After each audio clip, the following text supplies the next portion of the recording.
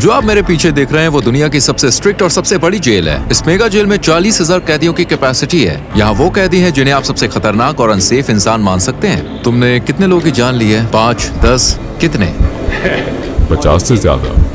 MS-13 और बाकी कई गैंग्स। ये जानवर है, ये इंसान नहीं है। ये साइकोपैथ और सोशियोपैथ है, ऐसे लोग जिनसे आप यहाँ मिलने वाले हैं। हम सबसे खतरनाक कैदियों को देखने जा रहे हैं। स्वागत है सी कॉट में, जो कैपेसिटी के हिसाब से दुनिया की सबसे बड़ी जेल है एल सल्वाडोर में। इसे सबसे खतरनाक क्रिमिनल्स को कैद करने के लिए बनाया गया है। जो यहाँ आते हैं वो जिंदा बाहर जाने की उम्मीद नहीं कर सकते।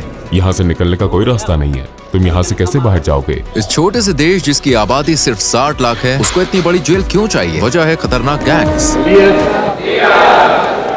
कभी पूरे देश पर राज करने वाले इन गैंग्स पर मार्च 2022 से कड़ी कार्रवाई शुरू हुई। राष्ट्रपति नायाब बुकेले के शासन में सिर्फ 16 महीनों में 70,000 से ज्यादा लोगों को अरेस्ट किया गया। ये देश की एडल्ट पॉपुलेशन का करीब 2% है। बसों ने रात के अंधेरे में एक सख्ती से तैयार किए गए ऑपरेशन में हजारों गैंग के सदस्यों को जंजीरों में बांधकर सी कॉट पहुंचाया। एक के पीछे एक बैठाए, सिर झुकाए, वो एक ही भीड़ की तरह दिख रहे थे। हथियारबंद गार्ड से घिरे होने के कारण उनमें से किसी ने भी आदेशों का विरोध करने की हिम्मत नहीं करी। एक ही दिन में उनकी जिंदगी पूरी तरह से बदल गई। हम यहाँ के सबसे खतरनाक गैंग लीडर का इंटरव्यू भी करेंगे। 10 मिनट। 2022 में बनी ये जेल बहुत बड़ी है। ये जेल जो है ये करीब 410 एकड़ में फैली है दोस्तों। और आपको बता दें इसमें करीब 8 अलग अलग हिस्से हैं। हर 2 हिस्सों को 3 मीटर ऊंची दीवार और नुकीले तारों से घेरा गया है। ये पूरी जगह 9 मीटर ऊंची दीवार और 3 मीटर ऊंची बिजली की तारों वाली फेंस से घिरी हुई है, जिसमें 15,000 वॉट का करंट है। 19 वॉच टावर्स हर हरकत पर नजर रख रहे हैं ताकि कुछ भी छूट न जाए। यहाँ की पूरी डिजाइन सिर्फ भागने से नहीं रोकती, बल्कि भागने के ख्याल को ही मिटा देती है। हेलो, हमारे पास प्रेसिडेंसी से परमिशन है। सोल्जर्स ने हमें रोक लिया। हमें उम्मीद है कि ये आखिरी चेक पॉइंट होगा। सी कॉट के आसपास के 2 किलोमीटर के दायरे में जैमर ने सारे सिग्नल्स ब्लॉक कर दिए हैं, जिससे कम्युनिकेशन बंद हो गया है। जेल की सुरक्षा के लिए 600 से ज्यादा सैनिक सिर्फ बाहरी सुरक्षा पर तैनात हैं। जेल में दाखिल होने से पहले हमें अपनी सारी चीजें यहीं छोड़नी होंगी। हम सिर्फ कैमरा और माइक्रोफोन साथ ले जाएंगे बस। धीरे धीरे पास करो, कैमरे की तरफ देखो। Body scanner. मुझे याद नहीं रहा कि मैंने अपनी वेडिंग रिंग उतारी है। इसे वहाँ रखना होगा। ये मशीन कुछ भी छुपने नहीं देती। ये हाई कैपेसिटी एक्सरे स्कैन हड्डियों और अंदरूनी अंगों तक को दिखा देता है। इसे खासतौर पर नए कैदियों की जांच के लिए इस्तेमाल किया जाता है, ताकि कोई भी अपनी बॉडी में ऐसा सामान ना ले जाने की कोशिश करे जो पूरी तरह से प्रतिबंधित है। ये लोग चीजें निगल लेते थे या फिर और एड्स के जरिए अंदर लाने की कोशिश करते थे। माइक्रो SD कार्ड, माइक्रोचिप्स और यहाँ तक कि फोन चार्जर भी। एक और गहन बॉडी चेक की गई। अपने जूते उतारो। उन्होंने हमारे सॉक्स को भी अंदर से चेक किया। हमें केवल सिक्योरिटी पार करने में 1 घंटा लग गया, जबकि हमें मीडिया के रूप में इनवाइट किया गया था और इसके लिए महीनों पहले अप्लाई किया था। गार्ड्स ने मास्क पहना है क्योंकि वो यहाँ एक जोखिम भरा काम कर रहे हैं। अगर उनकी पहचान हो गई तो टाउन सेंटर्स जाना उनके लिए और भी खतरनाक हो सकता है, क्योंकि इनके गैंग्स के बहुत सारे कनेक्शन है, इसलिए उन्हें अपनी पहचान छुपानी पड़ती है। आप मास्क क्यों नहीं पहनते? मुझे उनसे आमने सामने बात करनी पड़ती है, उनकी आंखों में देखकर। वो पहले से ही जानते हैं कि मैं कौन हूँ। अब हम रजिस्ट्रेशन रूम में हैं। ये जगह सिर्फ कैदियों के लिए है। जब किसी क्रिमिनल को सड़क से पकड़ा जाता है तो उनके पास कोई ID नहीं होती और न ही वो अपना असली नाम बताते हैं, इसलिए उनकी फिंगरप्रिंट और फोटो लेकर उन्हें सिस्टम में एनरोल किया जाता है। एक बार जब वो सी कॉट का परमानेंट पार्ट बन जाते हैं तो वो अपने परिवार और प्रियजनों से हमेशा के लिए संपर्क खो देते हैं, क्योंकि फैमिली विजिट स्ट्रिक्टली मना है। ये भी ध्यान देने वाली बात है कि बड़ी कार्रवाई के दौरान कुछ मासूम लोग गलती से जेल में बंद कर दिए गए। नो कॉन्टैक्ट पॉलिसी की वजह से उनके परिवार को ये तक नहीं पता कि वो कहाँ हैं या जिंदा भी हैं या नहीं। कुछ के लिए ये डॉक्यूमेंट्री उनके गायब प्रियजन को देखने का पहला मौका हो सकता है। कैदियों के मॉड्यूल्स में जाने से पहले हम जेल के आर्मरी सेक्शन में गए। यह हिस्सा किसी भी संभावित दंगे के मामले में जरूरी है, क्योंकि यहाँ के क्रिमिनल्स दुनिया के सबसे खतरनाक क्रिमिनल्स माने जाते हैं। हम जो हथियार यहाँ इस्तेमाल करते हैं वो T65 राइफल है, जो कि M16 राइफल जैसी ही होती है। हमारे पास 12 गेज शॉटगन भी है। सिग सॉयर राइफल हमें तंग जगहों में भी आसानी से काम करने देती है। जब क्रिमिनल्स को अरेस्ट कर बस में ले जाया जाता है तो उनके मूवमेंट को रोकने और ऑफिसर्स की सुरक्षा के लिए कई तरह की हथकड़ियां और जंजीरें लगाई जाती हैं। क्या यहाँ पे कभी दंगा हुआ है? अभी तक कोई भागने की कोशिश नहीं हुई। यहाँ हमारे पास सबसे खतरनाक क्रिमिनल है। दंगा रोकने वाले गियर में सिर की सुरक्षा, फेस शील्ड, गर्दन की सुरक्षा, एंटी ट्रॉमा वेस्ट, पैरों की सुरक्षा, शिन गार्ड्स और एक शील्ड शामिल है। आमतौर पर जेलों में कैदी हाथ से बने हथियार जैसे चाकू या नुकीले औजार तैयार कर लेते हैं। उनकी पूरी सुरक्षा की जाती है। आप देख सकते हैं उनके पैरों की भी सुरक्षा होती है। क्योंकि जेल बहुत बड़ी है, हमें बस से जाना होगा। अब हम मॉड्यूल एरिया में एंटर कर रहे हैं। देश को सुरक्षित रखने के लिए सीकॉट में 1000 स्टाफ मेंबर्स काम करते हैं। ये लगभग इम्पॉसिबल है, लेकिन बस सोचिए अगर कोई कैदी इस किले नुमा जेल से बाहर निकल भी जाए तो जो छोटे छोटे पत्थर आप देख रहे हैं उन्हें जानबूझकर यहाँ रखा गया है। इन पत्थरों पर चलते ही आवाज होती है जैसे अलार्म बज गया हो। ऐसे में चुपचाप भागना नामुमकिन है। क्या उन्होंने भागने की कोशिश की? नहीं। क्या वो कोशिश कर सकते हैं? मुश्किल है, क्योंकि उन्हें कई सिक्योरिटी रिंग्स पार करने होंगे। सीकॉट को एक अलग अलग जगह पर अपनी पूरी इंफ्रास्ट्रक्चर के साथ बनाया गया है, जिसमें इलेक्ट्रिकल और सीवेज सिस्टम भी शामिल है ताकि बाहरी रोक टोक ना हो सके। अगर बिजली कट जाए या पानी की सप्लाई रुक जाए तो सिस्टम्स और पावर प्लांट से एक हफ्ते तक काम कर सकते हैं। मुझे बहुत एक्साइटमेंट हो रही है। अब हम दुनिया के सबसे खतरनाक क्रिमिनल्स के आमने सामने होने वाले हैं। माहौल काफी तनावपूर्ण है। अब हम एक मॉड्यूल के अंदर जा रहे हैं। आप यहाँ तीसरे और चौथे मॉड्यूल को एक साथ देख सकते हैं। जो क्रिमिनल इनमें से किसी एक इमारत में घुसता है वो कभी इन दरवाजों से बाहर नहीं निकलता। कुछ ही कदमों में हम 2500 से ज्यादा कैदियों के बीच होंगे। ये ऐसा है जैसे कंट्रोल केओस के बीच कदम रख रहे हैं।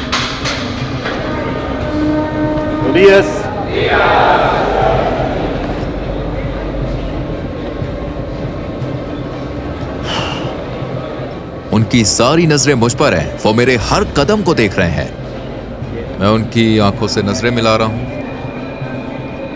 यहाँ इतने सारे लोग हैं, मेरे पास शब्द नहीं है। मुझे बहुत बेचैनी महसूस हो रही है। सभी कैदियों ने सफेद शर्ट, शॉर्ट्स और चप्पल पहनी होती है। उनके पास और कोई सामान नहीं होता। ज्यादातर कैदी मुश्किल से 20-25 साल के होते हैं और गंभीर अपराधों के लिए दोषी ठहराए गए हैं। इतिहास के सबसे कुख्यात क्रिमिनल के पास भी आमतौर पर 20 से 30 पीड़ितों का रिकॉर्ड होता है, लेकिन यहाँ कुछ कैदी सैकड़ों मासूम लोगों की जान लेने के लिए जिम्मेदार हैं। क्या मैं कैदियों से कुछ पूछ सकता हूँ? नहीं, बिल्कुल नहीं। अगर आपके कोई सवाल है तो मैं उनका जवाब दूंगा। अगर वो मुझसे बात करने की कोशिश करें तो आप क्या करेंगे? मैं उन्हें ऐसा करने नहीं दूंगा। वो जानते हैं कि अगर उन्होंने इंस्ट्रक्शंस को फॉलो नहीं किया तो उन्हें सजा मिल सकती है। मुझे जानने की उत्सुकता है कि इन ग्रुप लीडर्स में से किससे मेरा इंटरव्यू होगा।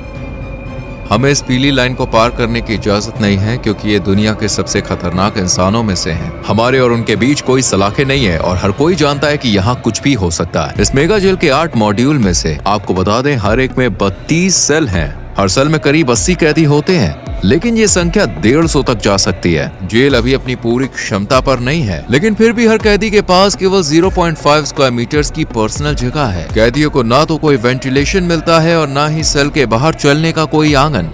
यहाँ हर कैदी को इतनी लंबी सजा दी गई है जिसको आप इमेजिन भी नहीं कर सकते। एक चीज जो नहीं बदलती वो ये है कि ये कैदी कभी भी बाहर नहीं जाएंगे और कभी सूरज की रोशनी नहीं देख पाएंगे। जेल के अंदर बाहर आने जाने की इजाजत केवल स्टाफ और कभी कभी मीडिया को है। ये लोग कभी भी इस बिल्डिंग को नहीं छोड़ेंगे। अगर आप उनके चेहरे को देखें तो उनकी आंखों में खालीपन दिखेगा। इनके पास भविष्य के लिए कोई उम्मीद नहीं है। ये लोग बहुत रोबोटिक लगते हैं। इनकी जिंदगी एकदम बेजान चल रही है। ये खुला कोना इनका टॉयलेट एरिया है। 80 कैदियों के लिए यहाँ सिर्फ 2 टॉयलेट है। ये काफी अपमानजनक है। इनका पूरा कॉन्फिडेंस और अनुशासन यहाँ तोड़ दिया जाता है। जहाँ ये टॉयलेट करते हैं वहीं पर ये नहाते भी हैं। खुद को साफ करने के लिए वो प्लास्टिक के डायपर्स और एक ही बेसिन का इस्तेमाल करते हैं। उनकी सेल में पीने के लिए सप्लाई नहीं है, इसलिए उन्हें पीने के पानी के लिए एक नीले बैरल पर निर्भर रहना पड़ता है। जहाँ ये कैदी सोते हैं वो है मेटल के बंक बेड। न तकिया और न ही गद्दा। हर कैदी को सिर्फ जरूरत भर का सामान मिलता है। एक सफेद चादर, एक यूनिफॉर्म, मोजे, चप्पल और एक तौलिया, बस यही। ये कैदी अपने 4 लेवल वाले बंक बेड पर पूरा दिन बिताते हैं। इन्हें ऐसे ठूस कर रखा गया जैसे गोदाम में सामान रखा जाता है। स्वच्छता और अनुशासन के लिए कैदियों के बाल हर 2 हफ्ते में जेल स्टाफ द्वारा काटे जाते हैं। लंबे बाल या दाढ़ी सिर्फ गंदे ही नहीं होती, बल्कि इनसे तेज धार वाली चीजें भी छुपाई जा सकती है। चलो देखते हैं। अपनी शर्ट उतारो और यहाँ लाइन में खड़े हो जाओ। अब ये अपनी शर्ट्स उतार रहे हैं। ये कैदी कभी MS-13 और बोरियो 18 गैंग्स का हिस्सा थे जो एल सल्वाडोर के मोहल्लों पर राज करते थे। इन 2 दुश्मन गैंग्स ने सालों तक लोकल लोगों से पैसे वसूले और उन्हें बहुत तकलीफ दी। यहाँ बोरियो 18 और MS-13 दोनों गैंग्स एक ही सेल में हैं। हाँ बिल्कुल, पूरा मॉड्यूल ऐसा ही है, सभी इसी तरह रहते हैं। बाहर अगर कोई दूसरे के इलाके में जाता है तो उसे बुरी तरह से मारा जाता है, लेकिन यहाँ वो आखिरी सांस तक एक साथ रहते हैं। ये एक दूसरे पर हमला किए बिना कैसे रहते हैं? इन्हें साथ रहना सीखना पड़ता है। यहाँ ये जेल में है, सड़क पर नहीं। ज्यादातर कैदियों के शरीर पर यहाँ तक कि चेहरे पर भी टैटू है जो उनकी गैंग की वफादारी को दिखाते हैं। MS-13 के लिए टैटू में आमतौर पर शुरुआती अक्षर या नंबर 13 होता है। दूसरे गैंग के मेंबर 18 या 666 जैसे निशान इस्तेमाल करते हैं जो 18 तक जोड़ते हैं और शैतान का प्रतीक माने जाते हैं, या रोमन नंबर्स का इस्तेमाल करते हैं। चेहरे पर गैंग टैटू होना इस बात का साफ संकेत है कि वो संगठन के सबसे बेरहम और बड़े मेंबर्स में से एक हैं। सड़क पर ऐसे व्यक्ति से टकराना मौत को सामने देखने जैसा है। मकड़ी के जाल का टैटू रिप्रेजेंट करता है कि व्यक्ति न्याय व्यवस्था के जाल में फंसा है और लंबी जेल की सजा काट रहा है। शैतान के सींग वाला टैटू अंधेरे का प्रतीक है जो इन लोगों के शैतान की पूजा करने को दर्शाता है। कुछ तो यहाँ तक दावा करते हैं कि उन्होंने अपने काम शैतान के आदेश पर किए हैं। आंसू की बूंद वाला ये टैटू दर्शाता है कि उस व्यक्ति ने किसी की जान ली है। अगर 3 आंसू हैं तो इसका मतलब है कि उन्होंने इतने लोगों की जान ली है कि उनको अब इस चीज की गिनती भी याद नहीं है। अभी हंसो बाद में रो वाक्य वाले जो मास्क है या फिर जो जोकर के टैटू हैं, वो ये संदेश देते हैं कि मुश्किलों में भी मजबूत रहो और परिणामों का सामना बाद में करो। क्या ये सभी लोग वाकई में इतने ज्यादा बुरे हैं? ये किसी और ही लेवल पर है। सबसे खतरनाक क्रिमिनल जो अपनी मानसिकता कभी नहीं बदलेंगे। अगर आप ऊपर की ओर देखें तो वहाँ एक कैटवॉक एरिया है। गार्ड्स लगातार इस ऊंची जगह से कैदियों पर नजर रखते हैं। अगर कुछ भी संदिग्ध होता है तो वो तुरंत कार्रवाई करते हैं। इसके अलावा कैमरों का एक बहुत बड़ा नेटवर्क हर कोने पर 24/7 नजर रखता है ताकि कुछ भी छूट न जाए। मॉड्यूल्स को दिन रात रोशनी से भर कर रखा जाता है। जब सूरज ढल जाता है तब भी लाइट्स हर वक्त जलती रहती है।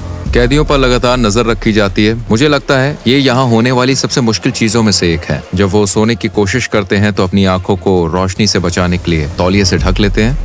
यहाँ पर एक पादरी बाइबल से कैदियों को देके कुछ महत्वपूर्ण पाठ पढ़ा रहे हैं। वहीं दूसरी तरफ कुछ कैदी फिजिकल एक्सरसाइज कर रहे हैं। एक ट्रेनर भी मौजूद है। ये इकलौता समय है जब ये कैदी अपनी सेल से बाहर आते हैं। ये गतिविधियाँ हथियारबंद गार्ड्स की नजर में हफ्ते में कुल 1 घंटे के लिए होती है। इस तरह की एक्टिविटी प्रति सप्ताह टोटल 1 घंटे के लिए होती है। बाकी पूरा समय ये अपनी सेल में बंद रहते हैं। ये एक रोटेटिंग शेड्यूल है। जगह की कमी के कारण सभी कैदी एक ही दिन बाहर नहीं आ सकते। यदि कैदी सेल के बाहर होते हैं तो ऐसे में क्या कभी कोई बड़ा हंगामा हुआ है? अब तक कुछ नहीं हुआ। जब भी हमारा कैमरा किसी सेल पर फोकस करता है तो अक्सर हम किसी कैदी को चुपचाप कुछ शब्द बोलते हुए देखते हैं। जेल की सलाखों के पीछे भी गैंग के मेंबर बाहर ऑर्डर्स भेजने की कोशिश करते हैं। एक कैदी ऐसा ही कर रहा था। उसका मैसेज ब्लॉक करने के लिए सेंसर कर दिया। ये गैंग सभी भी काफी ताकत रखते हैं। अफवाह है कि ये मासूम लोगों को निशाना बनाकर बदला लेने का प्लान बना रहे हैं। इसके जवाब में अधिकारियों ने चेतावनी दी है कि वे कैदियों पर और सख्त कदम उठाएंगे। अगर उन्होंने ऐसा किया तो उन्हें जेल में खाना नहीं मिलेगा। मैं कसम खाता हूँ वो एक दाना चावल भी नहीं खाएंगे। फिर देखते हैं वो कितने दिन टिकते हैं। यहाँ कैदियों को दिन में 3 बार सुबह, दोपहर और रात का खाना मिलता है। नाश्ते में आम तौर पर चावल और बीन्स होते हैं और रात के खाने में भी यही होता है। दोपहर के खाने में सफेद चावल और पास्ता मिलता है। यहाँ कोई न्यूट्रिशन वाला खाना जैसे चिकन या मीट नहीं दिया जाता। ये है आज का लंच। चावल, पास्ता और 2 टॉर्टिला। क्या मेन्यू रोज बदलता है? नहीं। क्या हर दिन यही खाना होता है? हाँ, हमेशा यही। फ्रेशमेंट। ये एक मीठा पेय है। मैं इसे खुद चखने वाला हूँ। कैदियों को अपने हाथों से खाना खाना पड़ता है और खाने के बाद अपनी प्लेटें साफ करनी होती है। प्रोटीन की कमी वाली इस डाइट के कारण इनमें से कई को न्यूट्रिशन की कमी की समस्या हो सकती है। हम कैदियों के साथ इंटरव्यू शुरू करने से पहले आपको एक ऐसी जगह दिखाना चाहते हैं जो अब तक देखी गई जगहों से भी ज्यादा खौफनाक है। ये है आइसोलेशन सेल एरिया। जब कैदी कानून के मुताबिक कोई नियम तोड़ते हैं तो उन्हें इन आइसोलेशन सेल्स में भेजा जा सकता है। कानून मुझे इन्हें 15 दिनों तक यहाँ रखने की इजाजत देता है। इन सेल्स के दरवाजे पूरी तरह से बंद होते हैं। इस ग्रिड से मैं इन्हें देख सकता हूँ और पहचान सकता हूँ कि अंदर कौन है। यहीं पर हम इन्हें खाना देते हैं और दरवाजा खोलने से पहले हथकड़ी लगाने के लिए इस स्पेस का इस्तेमाल करते हैं। स्वागत है आइसोलेशन सेल में। अगर कोई कैदी मिसबिहेव करता है तो उसे यहीं भेजा जाता है। वो ये नहीं जानता कि कितना समय हो चुका है या उसे और कितनी देर तक यहाँ रहना होगा। दिनों या हफ्तों तक वो इस कंक्रीट के बिस्तर पर सोता है, बिना बाहर निकले। वो बाहरी दुनिया से पूरी तरह कटे होते हैं, अकेले केवल अपने ख्यालों के साथ। देखिए, यहाँ पर पीने के लिए एक बेसिन है। यहीं से वो पानी लेते हैं और यहीं वे टॉयलेट करते हैं। पीने के पानी का बेसिन और टॉयलेट पास पास हैं। टॉयलेट हाल ही में इस्तेमाल किया गया है और गंदा दिखता है, जिससे लगता है कि सेल का हाल ही में इस्तेमाल हुआ है। उनके पास रोशनी के लिए इकलौता ये छोटा सा छेद है, जिससे मुश्किल से सूरज की रोशनी अंदर आती है। यही छेद ताजी हवा का भी इकलौता साधन है। आपके हिसाब से आइसोलेशन रूम की सबसे मुश्किल बात क्या है? अंदर आप अपने हाथ भी नहीं देख सकते। जब कोई कैदी आइसोलेशन में होता है तो जरूरी है उसके पास पढ़ने को हो जो उसका दिमाग शांत रख सके, लेकिन यहाँ कुछ भी नहीं मिलता। चाहे कोई क्रिमिनल कितना भी कठोर क्यों ना हो, अकेलापन उन्हें तोड़ देता है। ये हमारे यहाँ के क्रिमिनल्स के लिए जरूरी है जो कभी खुद को भगवान मानते थे। ये लोगों का जीना मरना तय करते थे। वे माफी मांग सकते हैं और शायद भगवान उन्हें माफ कर दे, लेकिन यहाँ न्याय होना चाहिए क्योंकि इतने सारे पीड़ितों के लिए वो यही डिजर्व करते हैं। अब हम साइको नाम से मशहूर कैदी का इंटरव्यू लेने जा रहे हैं। उसका 34 साल का क्रिमिनल रिकॉर्ड है और पिछले 25 साल से वो एक संगठन में बड़ी पोस्ट पर रहा है।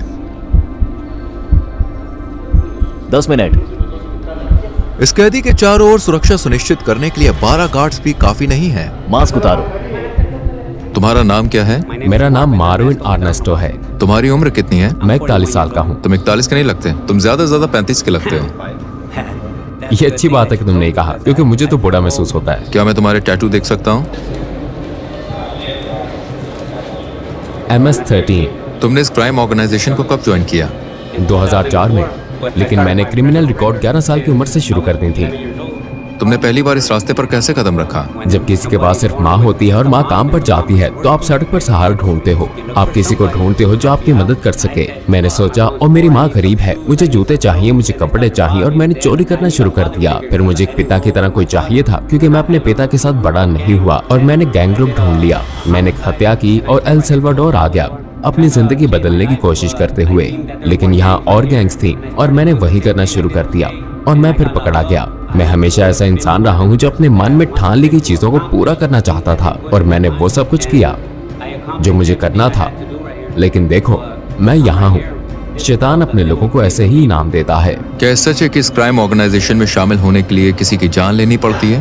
हाँ, पहला शिकार शायद तुम्हारे किसी रिश्तेदार का ही होता है। मुझे सच में याद नहीं है कि कितने लोगों की जान ली थी, लेकिन हाँ, क्योंकि तुम्हें अपनी गैंग के लिए इलाका हासिल करना होता है।